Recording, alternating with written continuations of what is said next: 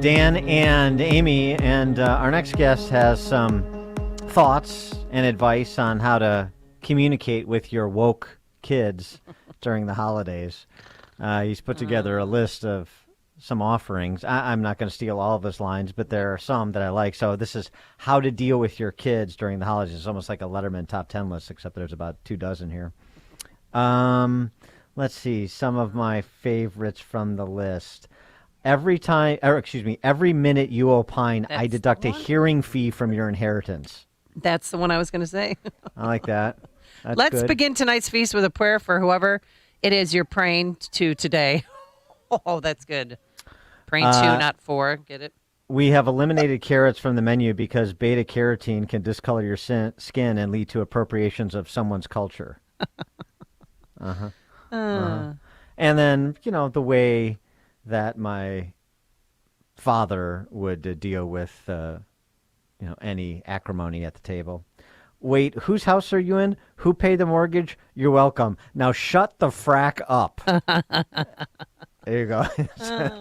all the makings of a memorable Christmas. All right, for the source of these fertile offerings, we're pleased to be joined now by Jeremy Murphy. He is founder of 360 Bespoke, a PR agency in New York. He's a former VP of communications at CBS. Oh, I want to explore that.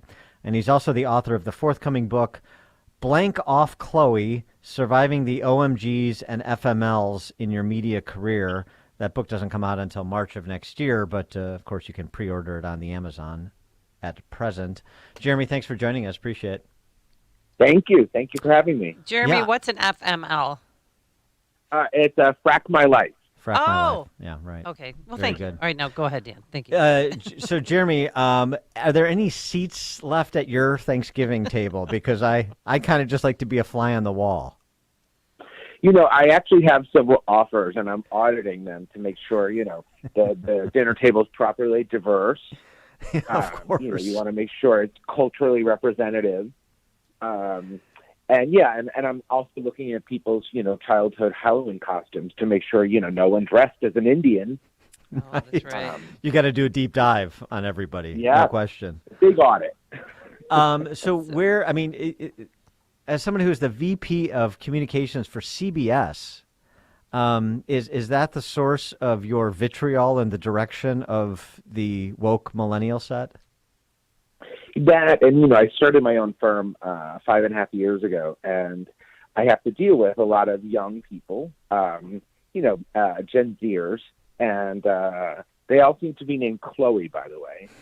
And that's true. There are regardless of sex, yes. They're very woke. They have lots of demands and questions and expectations, and so it's a combination of many years in media. And I finally said, you know what? I have to put this in writing. So how did you come up with this list then? Because it is spectacular, and I'm going to bring it with me. You know what? It just flowed. I have such, anger and indifference and scorn for these people. It comes out of me. Yes. Another offering. Put all that hot air to use and help fly a Macy's balloon in the air, for example. Another offering for your kids from Jeremy. So, what was the experience like as a corporate flack for CBS, and how does that inform how you run this PR agency that you founded? Well, it was a very unique situation. I was there 14 years and in the PR department. So we really handled everything. Like every time there was a disaster, whether it was Janet Jackson, Dan Rather, Howard Stern, the Bush memos, it really, it was the best experience you can get in terms of crisis communications and learning how media works. And so I took that with me. But, it's funny now, having my own firm, I usually deal with luxury brands or artists. So I don't really have to use those skills anymore. Like there's no scandal anymore, which is nice. Yeah, but what about the lexicon? I mean, are you forced to communicate in newspeak, and how do you navigate that when you clearly are resistant to such imposition? Well, you never lose those skills. So for instance, I had a client last year who felt it was very important she issue a statement on Black Lives Matter, and she wanted to draft this personal values statement and whatnot. And I said, "You're a white girl from Boca Raton. You have nothing to say about this. Put your head in the sand." Uh-huh. Did So she listen, or what was her reaction? she listened, but I'm like, you know what? So those skills have really helped in terms of keeping clients away from controversy or scandal, because I've seen what happens, and I know how to keep them out of it, having been in it. So that's one good thing. Do you find that your clients, like this is what you just mentioned is a good example, like because things have become seemingly so much more political, they feel the need, regardless of core competency, regardless of your brand proposition, they feel the need to weigh in on everything, the Rittenhouse verdict, and and everything like that. Oh, absolutely. Especially the younger clients.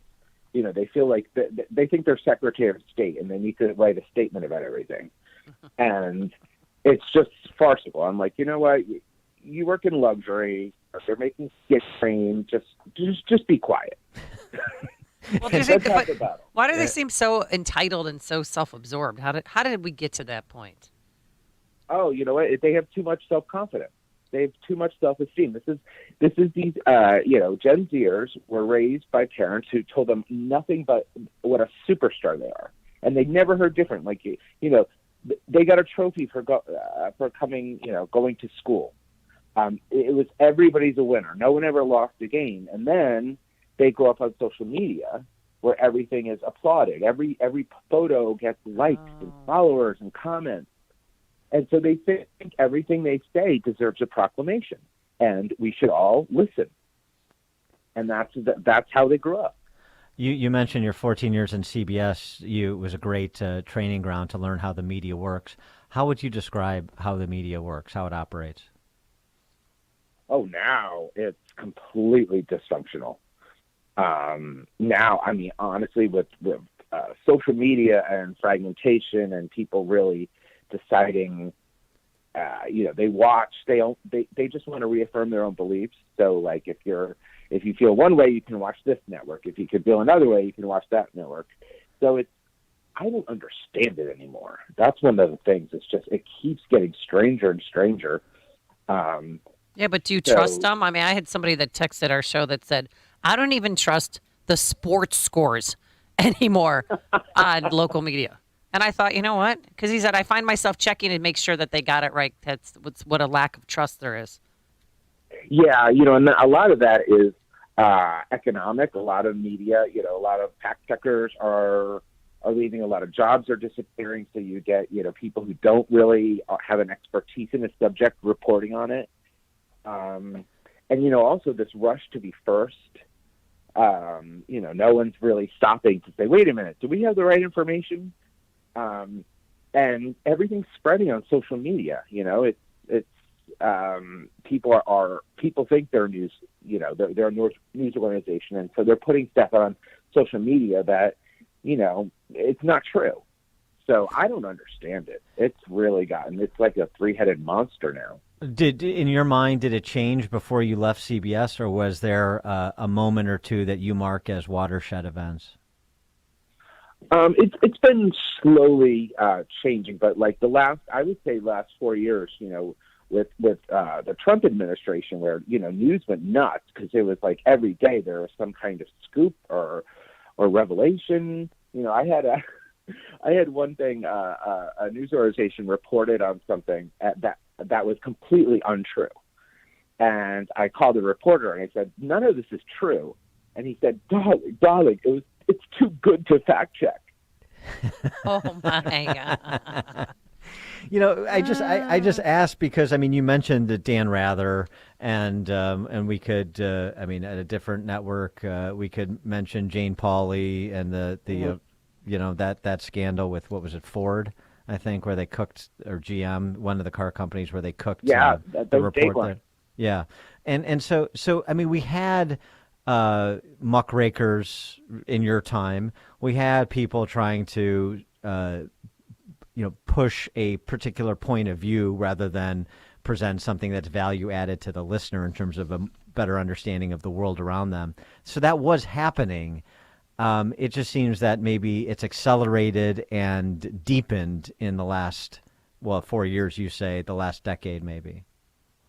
Yeah, and I think it's kind of like, it's interesting because the bigger institutions like the New York Times, the Washington Post, the Wall Street Journal, they seem to be getting bigger because they're going right to readers through their apps, through online. So they're not really dependent on sponsors anymore. They're charging readers directly, and so they're getting bigger. And if you've worked with the Times or the Wall Street Journal, they're very good at fact checking, and they're very good at making sure what they're reporting is right. It's the smaller organizations that are losing readers, losing advertisers, and the intern is now publisher.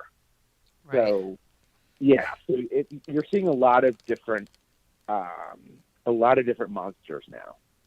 Right. There was this comment that a local network affiliate news anchor made in this whistleblower report that James O'Keefe over at Project Veritas did last week. This guy from, I think, the CBS affiliate in San Antonio came forward with what's being said in the newsroom, the training that they have to go through, all the diversity and all the race hustling consultants and so forth. And this Houston anchor was just caught saying, I don't care if people trust me or not. The last thing I worry about is whether the viewers trust us or trust me, is essentially what he said. And boy, I thought that's such an interesting tell, because you go back to the Cronkite era, the most trusted man in America, and that was something to be valued. Now he seemed to be indicating, all I need to do is either serve my corporate overlords or our politically motivated sponsors. That's my job. Well, yeah, it's funny because trust used to be your number one asset. That was like the whole value of a news organization, was that people trusted you.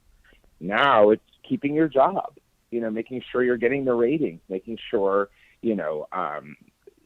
the right perception, your Q score, or whatever that used to be. Yeah, trust doesn't seem to be on a priority anymore. All right. Especially in local. But yeah, it's kind of sad. He is Jeremy Murphy. He's the founder of 360 Bespoke, a PR agency in New York, former VP of comms for CBS, as we mentioned.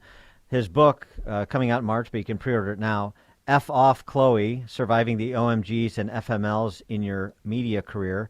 And just one more nugget from Jeremy. Tomorrow, if any of your kids complain about anything happening at the Thanksgiving dinner table or throughout the day, just tell them, as Jeremy suggests, the Indians got syphilis on Thanksgiving. Did they complain?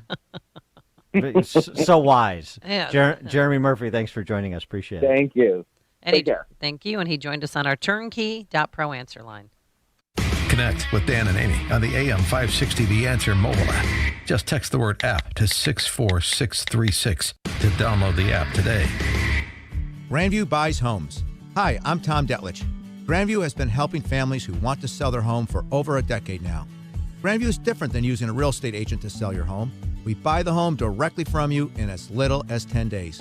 I can share countless stories of families who had a difficult to sell home and who were so stressed they didn't even know where to begin. With Grandview, the process is simple and stress-free. Contact us for a brief and private appointment at your home, then get your fair cash offer in as little as 24 hours. It's that simple. As the largest direct home buyer in Chicagoland, you can trust us to treat your situation with dignity and respect. Our highly trained team knows their job is to buy your home and